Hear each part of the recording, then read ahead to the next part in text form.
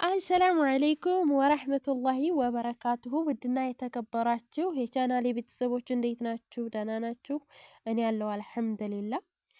ወዳችሁ ፈቅዳችሁ ስለምትከታተሉኝ ከልብ አድርጌ አመሰግናለሁ። ይህን ቪዲዮ ከወደዳችሁት ላይክ፣ ሸር፣ ሰብስክራይብ ማድረጋችሁን አትርሱ። አስተማሪ ታሪኮችን አካፍላችኋለሁ፣ እንዲሁም አዝናኝ ታሪኮችን። ያልተጻፈ ኒካህ ይላል። ኑሬ ንግግሩን ሳይጨርስ አይኖቹ ፈጠጡ። የልብ ምቱ መለኪያ መሳሪያው ረዥም ድምፅ አሰማ። ኑሬ በምስጢሩ ታንቋለፈ።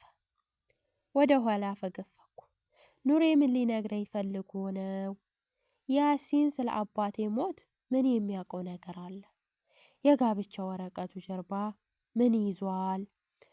ወረቀቱን ለማየት በፍጥነት ወደ ቦርሳዬ ስገባ ግን ደነገጥኩ።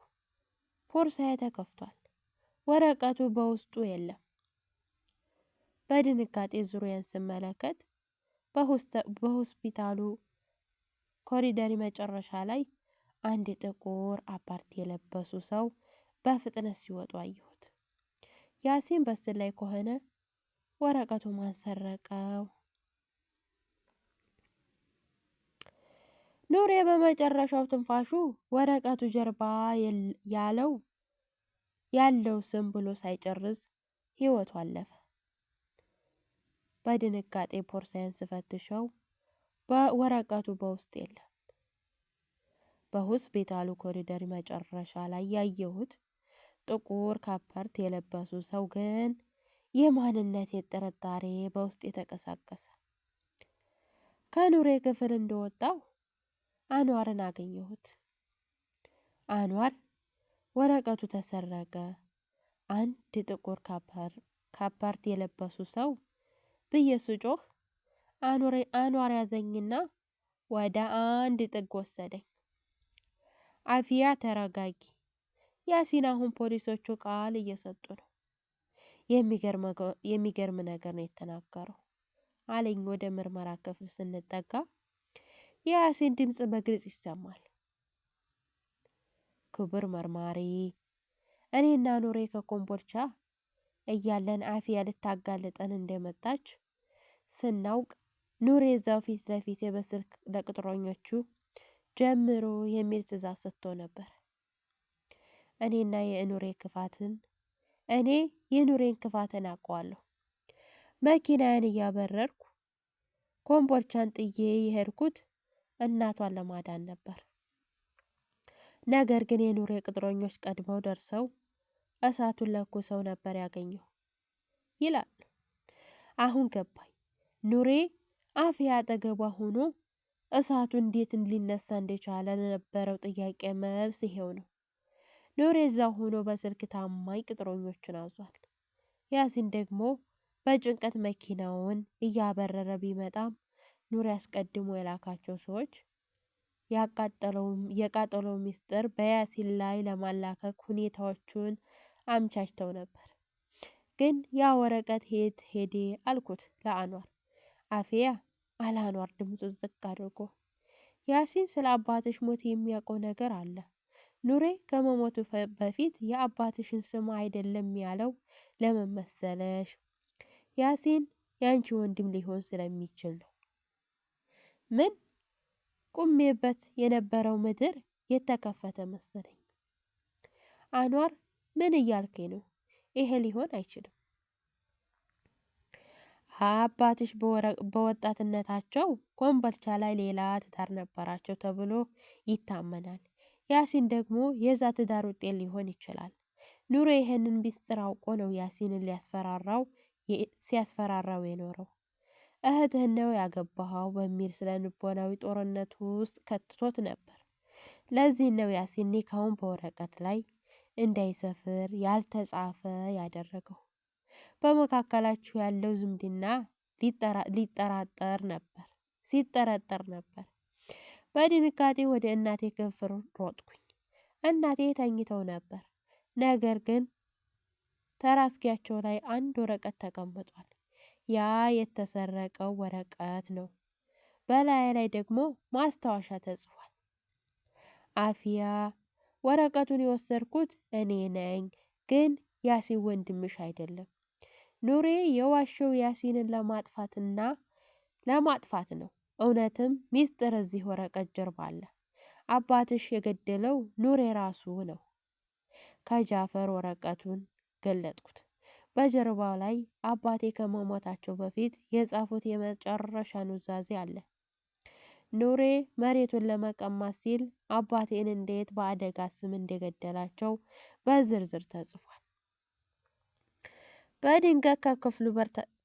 በድንገት የክፍሉ በር ተከፈተ። ፖሊሶች ሳይሆኑ ሰሚራ ናት።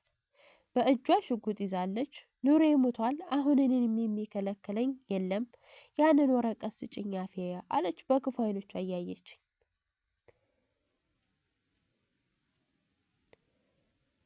የሰሚራ እጅ በሽጉጥ ላይ ይንቀጠቀጣል። አይኖቿ ግን በክፋት ደም ለብሰዋል። አፊያ ያንን ወረቀት ካልሰጠሽኝ እዚሁ ጨርሳሻለሁ። ኑሬ የፈራውን እኔ አላደርገው ስትል በቁጭት ጮኸች። ሰሚራ መግደል መፍትሄ ሊሆን ኑሬ ዛሬ በህይወት በኖረ ነበር አልኳት። ድምፄ ባይረጋጋም በጽናት ይሄ ወረቀት የአባቴ ደም ነው፣ ለማንም አሳልፌ አልሰጠው። ሰሚራ በጣቷ ሰሚራ ጣቷን ቀስ ቀስ ጥይቱን ልትለቅ ስትል ከጀርባዋ አንድ ጠንካራ እጅ ያዛት። ያሲን ነበር። ከመርማሪው ክፍል ፖሊሶች ታጅቦ ሲወጣ ሁኔታቸውን አይቶ በድንገት ዘለለባቸው። ሽጉጥ መሬት ላይ ወደቀ። ፖሊሶች በፍጥነት ሰሚራን በቁጥጥር ስር አዋሏት። ያሲን ወደ እኔ ተመለከተ። ፊቱ በሐዘንና በድካም ተሞልቷል። አፊያ ኑሬ ስለ ዝምድናችን የነገረሽ ውሸት እንደሆነ አውቃለሁ። ጃፈር ሁሉንም ነገር ነግሮኛል። እኔና አንቺ ምንም አይነት የስጋ ዝምድና የለንም። ኑሬን ይሄንን የፈጠረውን እኔን እንደ ባሪያ ሊገዛኝና ከአንቺ ጋር ያለኝን ግንኙነት በጥርጣሬ ሊያፈርሰው ስለፈለገ ነው አለኝ። መርማሪ ፖሊስ ወደ እኛ ቀርቦ አፊያ አባትሽ ከመሞታቸው በፊት ያዘጋጁት ኑዛዜ ጃፈር የሰጠን ማስረጃ ኑሬና ሰሚራ ለዘላለም የሚያስከስስ ነው። ያሲንም ቢሆን በወንጀል ተባባሪነት ቢጠረጠርም እናትሽን ለማዳን ያደረገው ጥረትና ሚስጥሩን በማጋለጡ በቅናሽ ቅጣት ይታያል አለኝ። ከ6 ወር በኋላ ፍርድ ቤቱ በሰሚራና በኑሬ ግብረ አበሮች ላይ የብዙ ዓመት እስራት በይን ያሲንን በስራውና ጥፋቱ ተጸጽቶ እውነቱን በማውጣቱ ለጥቂት ጊዜ ታስሮ ተፈታ። እኔና እናቴ ወደ ቀድሞ ቤታችን ተመለስ። ያ የተቃጠለው ቤት ታድሶ አዲስ ህይወት ጀመር። ጃፈርም አባቴን ለካሳ እንዲከፍለው የነበረውን መሬት ለእኔና ለእናቴ በስጦታ መለሰልን። አንድ ቀን አመሻሽ ላይ ያሲን ደጃፋችን ላይ ቆመ። ፊቱ ላይ ከረዥም ጊዜ በኋላ ሰላም ይታያል። አፊያ ያልተጻፈ ኒካ ትልቅ ስህተት ነበር። ሚስጥርና ውሸት ፍቅርን እንደሚያቃጥሉት ተምሬያለሁ። አሁን ግን ሁሉም ነገር በህግና በሃይማኖት ፊት በግልጽ ላደርገው ፈልጋለሁ አለኝ። እናቴ ከቤት ወጥታ ፈገግ አሉ። ልጄ ህይወት እንዲህ ኒካ ወረቀት ናት። ካልተጻፈችና ግልጽ ካልሆነች በማንኛውም ንፋስ ትበተናለች። አሁን ግን እውነቱ ተጽፏል አሉ።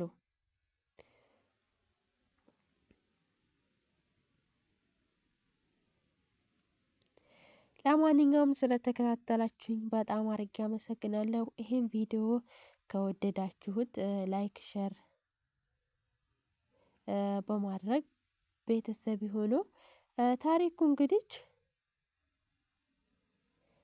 እዚህ ጋር አብቅቷል ማለት ነው። የመጨረሻው ክፍል ነው ሀባይብ እንግዲህ ታሪኩ በጣም ብዙ ነገር ያስተምራል ማለት ነው። ብዙ ውጣ ውረድን ከታለፈ በኋላ ያልተጻፈ ኒካ በወረቀት ብቻ የሆነ ኒካ ስላልሆነ ዝም ብሎ መጻፍ አለበት። በሃይማኖቶች አባቶች ሆኖ ኒካ ካልተጻፈ ይፈርሳል ማለት ነው። ለማንኛውም